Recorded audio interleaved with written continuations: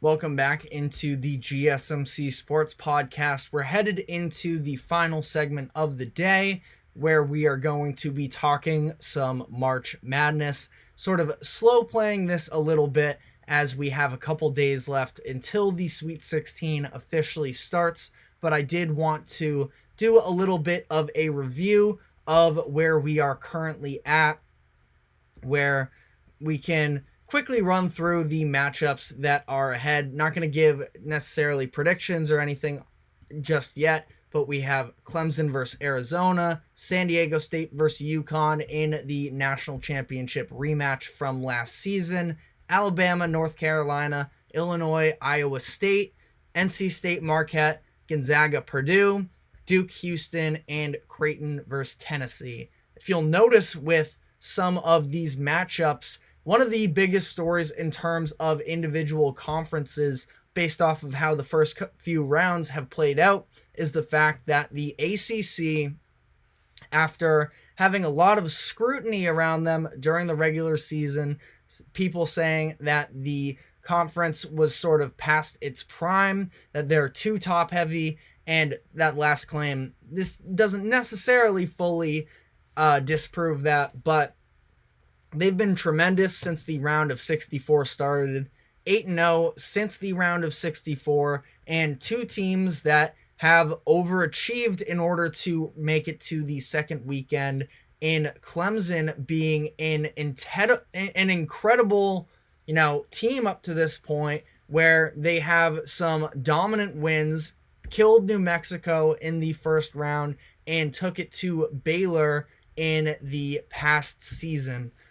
Or in the past round, that is, as well. And of course, we have NC State, the only double-digit seed remaining in the tournament, who have cruised their way into a Sweet 16 matchup. Definitely viewed by a lot of people as the weakest team remaining.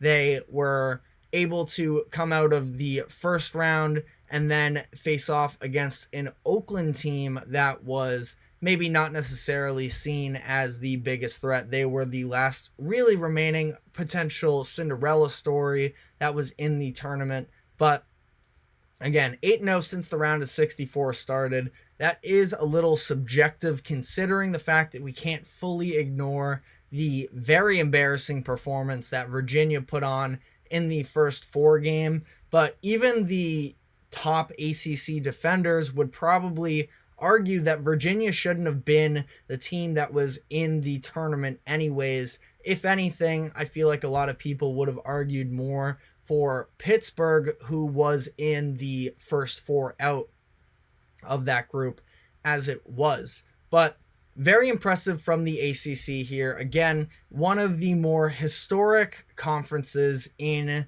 college basketball, and they've done a really good job of establishing themselves to make it to this second weekend. And if you look around at the upcoming games for Thursday and Friday, we have each one of them facing off against a different conference, where we have Clemson taking on Arizona of the Pac-12, North Carolina taking on Alabama of the SEC, NC State taking on Marquette of the Big East, and the last team we have is Duke taking on Houston in the Big 12. So if you are an ACC, apologist isn't the right term in this. I guess it would be fan, but I don't know how much, people are fans of the ACC conference as a whole. But if you're a defender of the ACC, this is a big time weekend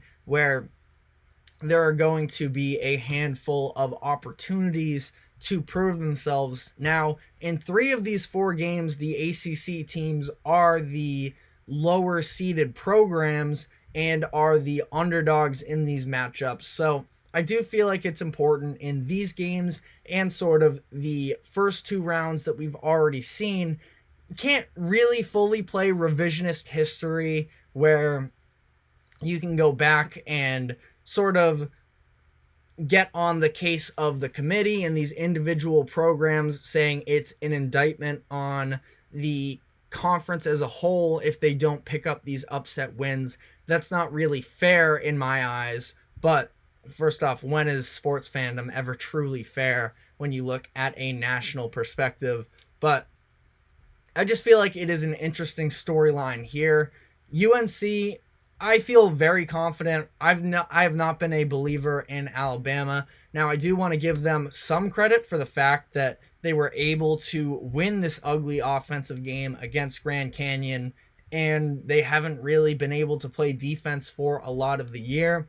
Coming into the tournament, I believe they were something like 115 in KenPom in terms of defensive rating. That's maybe changed since then after this Grand Canyon game, but Grand Canyon also just sort of threw up on themselves as well. As Charles Barkley put it, one of the ugliest basketball games you will ever watch took place in the round of 32 there. So still a lot of, I don't know, you can call it unknowns with these ACC teams going forward, but I did want to highlight that after, there was definitely a lot of conversation this season about the way that the selection committee sort of, and just the national media as a whole, discredited the ACC. I'm not saying that either side is right necessarily. We're just stating the facts here.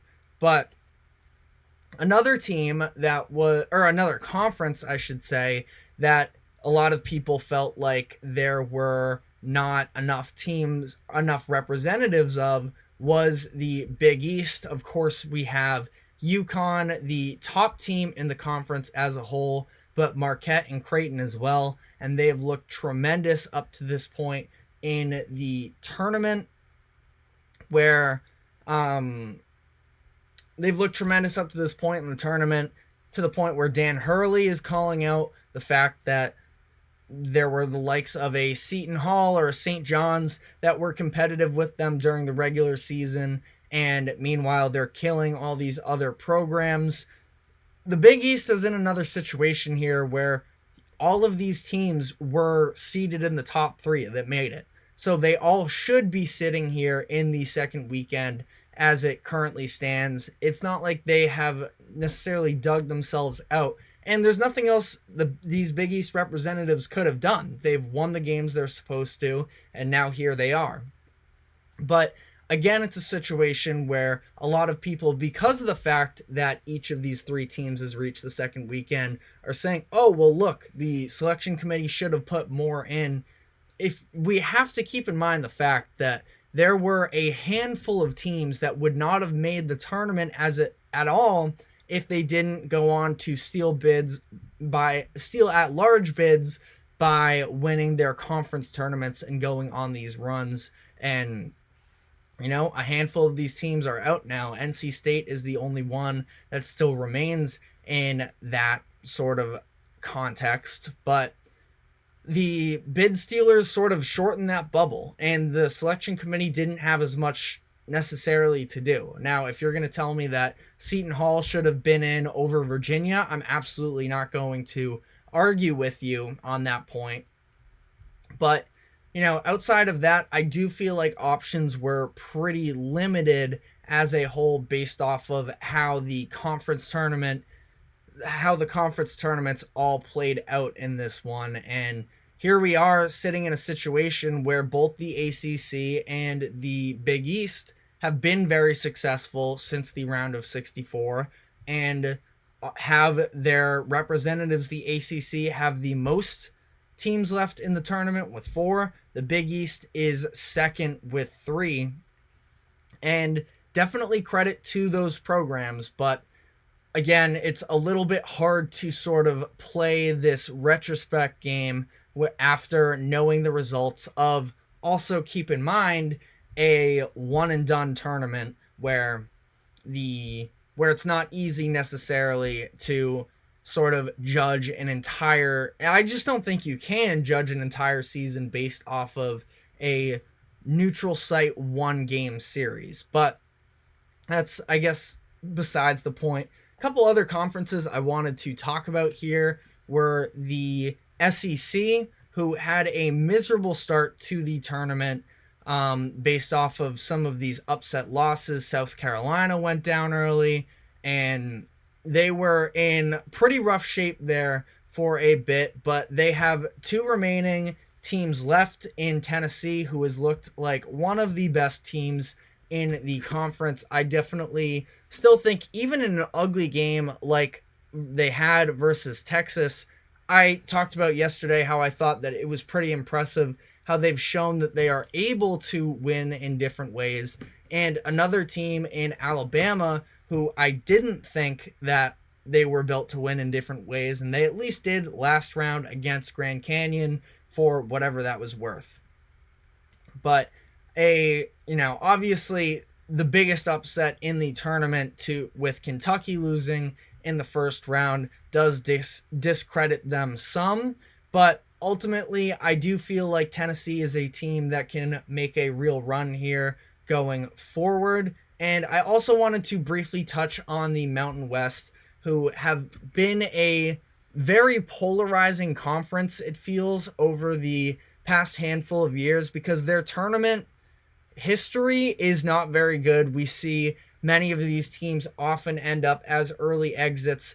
We basically just have San Diego State holding it down, the only team in the Mountain West to advance to the Sweet 16, or even, I believe, advance past the first round. That can't be true, as I'm saying it out loud, but a very bad track record with the Mountain West as a whole.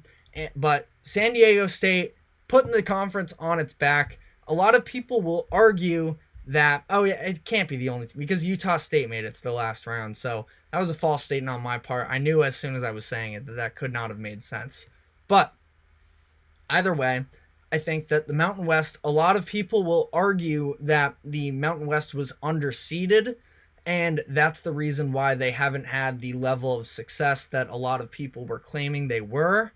I'm going to push back on that a little bit, specifically if you look at Utah State, who was one of these teams. They won the regular season Mountain West championship, the title, and they came in as a 9 seed. So a lot of people can argue, oh, well, they shouldn't have had to play Purdue in that second round.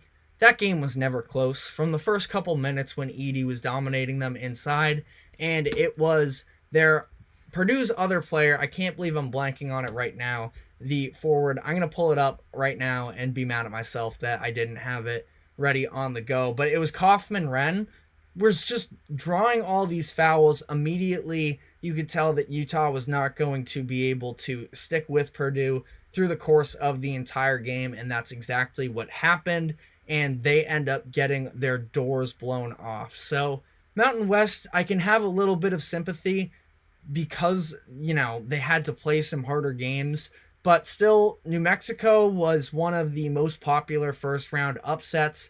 They never stood a chance. Utah State never stood a chance against Purdue. Again, both of these situations where maybe a little bit underseeded, but at the same time, got to come through in those moments. Nevada, we don't even really have to get into them blowing the 17-point lead in the second half. Again, all of these teams, the lower seeds, but to lose the games in the way that they did, I do feel like is pretty detrimental. And we'll see what San Diego State has going for them headed into their big matchup against UConn.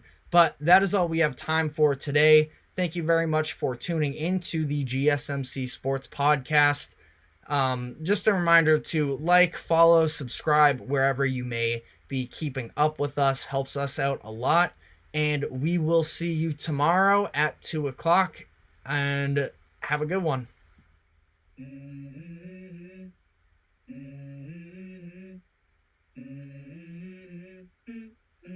Let's go.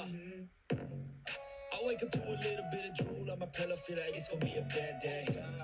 Yeah, I'm tired of shit, and the coffee ain't hit yet, damn it.